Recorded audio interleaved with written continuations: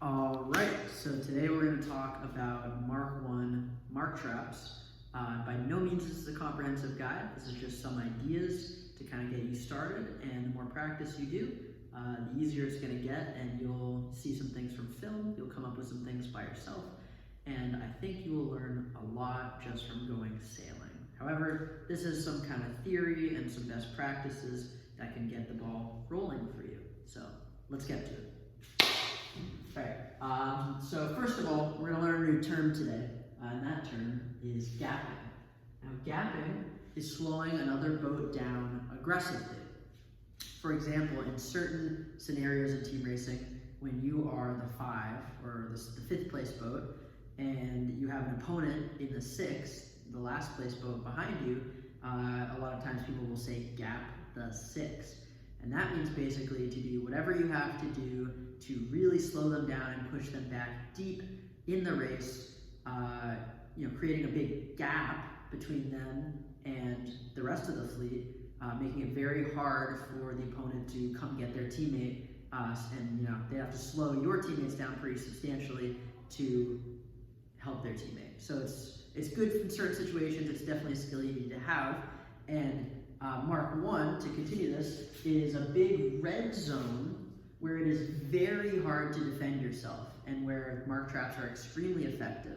So we'll talk about them here. So number 1 is the waiting room, or let's say you sailed a really great first beat, and now you're just waiting for the opponent to arrive. Where do you set up? So boats tend to have, boats have a tendency, especially in FJs, to drift to the side, and they also move forward a little bit. So I would recommend to set up at the very edge of the zone, if not maybe slightly outside, and a little above ley line, right? And that basically gives you some space to maneuver. Now, one other thing, kind of rules that you need to understand, like what happens with 2 boats in the zone with a starboard rounding.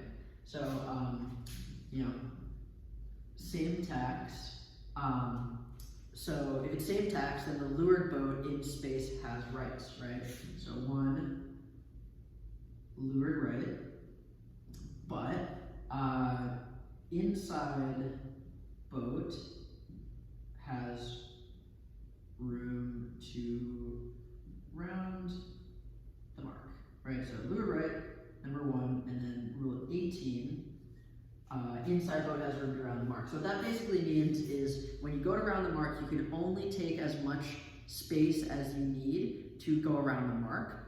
Maybe, basically 1 boat width, no more. And you still have to keep clear. You can't just sail down into and hit the lured boat because they are lured right. Now what happens, so basically what I'm trying to say is, if you set up a little bit higher in the zone, then in order to round the mark, you have to sail more distance than if you were just at the ley line, right? And that results in a better mark trap than what it would otherwise be. Now, what happens when we pass the mark? We'll talk about that in a second. But Rule 17 means you can luff someone, the lured boat can now luff someone up to their proper course, and when you pass the mark, your proper course is head to wind. So they can luff you head to wind. Now that's not really an issue because if the opponent boat is luffing us while we're trying to mark trap them, that's slowing both of us down and it's doing our job for us, right? However, it can actually be part of a defensive strategy. So let's get to the mark traps and we'll talk about also how to defend yourself. So first is starboard and starboard. So I'm out here at the waiting room. Here's my opponent. Opponent sails into this leeward overlap. I sail down around the mark, have my opponent here, and then my opponent goes head to wind with me, and we are just sitting there, basically. It's a hard thing to defend, and what was I gonna say? So it's very important to have speed control. You wanna actually let your opponent get slightly ahead of you as you kind of get around the zone, because what you really don't want is for them to go slow and you to go fast, and them to be able to tack underneath and pass you, right? So watch the speed control, number 1. How do we defend this? Well, we defend it with fishtailing. Number 1, like to be preemptive when we're out here. We can do different stuff if we've already kind of like been caught in the mark trap, but just initially, you know, you point down, they'll point down to defend you, then you point back up, then you kind of repeat that process a few times, and their momentum will basically carry them wide of the mark. That's kind of what you're looking for. An experienced team racer will just kind of cut their losses, tack around the mark, and get ready for the next one. But someone who's like really determined, like I have to make this mark trap right now, so early in the race, right, is going to, you know, keep trying to get you there when it would probably just be better to cut your losses and go around the mark, right?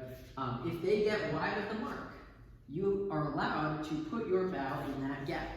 And if they tack onto port, then it's, you know, a foul for them.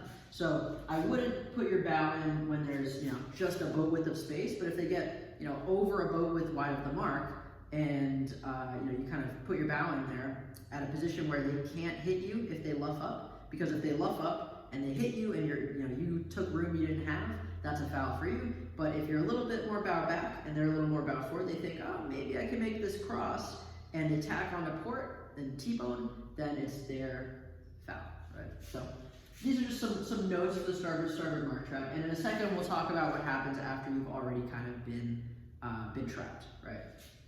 So next is starboard-port. So I drew these lines here. These are ladder rungs, and they show, you know, which boat is winning the race, which boat is ahead, right? So basically, we're coming into the mark. You know, we're on about the same ladder rung. We're using our speed control to stay at the same ladder rung, right? Or even to make them think they might be able to get across, and then we trim back in. And then oftentimes the boat is going to, you know, you'll be on starboard, they'll be on port. Oftentimes the boat is going to have to tack to avoid you, right? Which is awesome. So we use our speed control. We got to stay on the same ladder rung, if not slightly behind.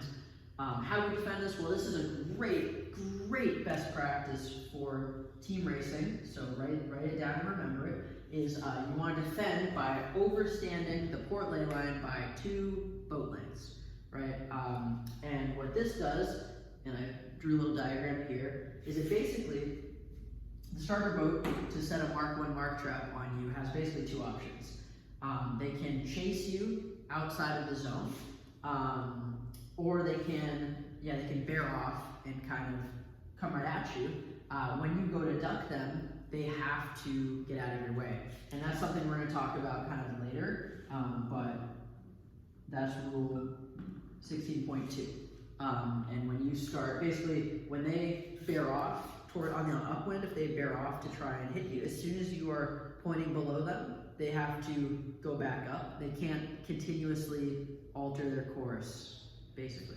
Okay, so 16.2 protects you, and so their only option, basically, at this point, if they're smart, so 1, 2, 3, would just be around the mark, right? Because otherwise it's pulling them away from the mark, and if you have teammates behind you, and they go out to chase you, then all your teammates will pass them, you know, the race will pass them, right? So that's very important best practice for team racing. Now we're going to talk about port. So it's just 2 boats on port. So we come into the zone, and then red luffs white at the zone. So what do we need to do? Well, we need to remember our best practices of overstanding the mark, right? Because it makes your life a lot easier. Okay, so if we were overstanding the mark, what we can do is a stern plant and jibe. And so what that basically means is, here's position 1, boats are coming into the zone. Position 2, red's luffing white, and then white does a quick jibe around.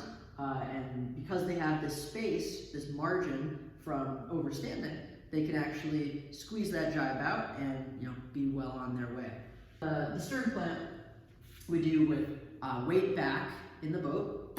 It digs the rudder into the water deeper and kind of plants the boat on the stern, or a stern plant, right?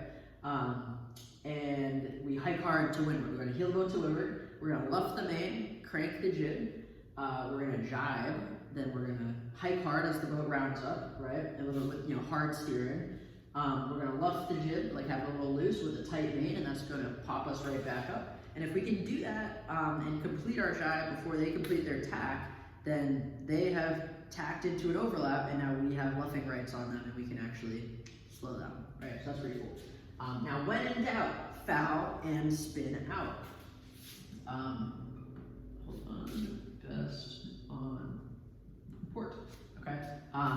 So if you just intentionally foul, then the opponent actually loses control of you because you raise your hand, you say I'm spinning, and then you do your 360. In team racing, if you admit that you fouled and you spin right away, it's 1 turn. If an umpire has to tell you to spin, then it's 2 turns, right? So you foul, pop, do a quick 360, right? Same thing, stern plant. Then you're well on your way, you're good to go, right? Now this works the best on port because if you do a 360, you have to exit at the same angle you started, and if you're on starboard and you do a 360, then you end up on starboard, and that's not so great, right? So the opponent really doesn't want you to foul, which is crazy, right? If you're mark trapping, you're not trying to get the other boat to foul, and the boat that is pushing is trying, as a last resort, they can foul, right? And that actually releases them from the mark trap, which is pretty crazy, right? So don't think like, oh, I have to, stay clean. If you just do a really quick spin, a great, really fast and good spin, then it will release you from the mark trap. So anyway, glad I could finally get this video made. That's mark 1. We'll go through, all 4 marks, and then we'll get into some stuff with more boats. See ya.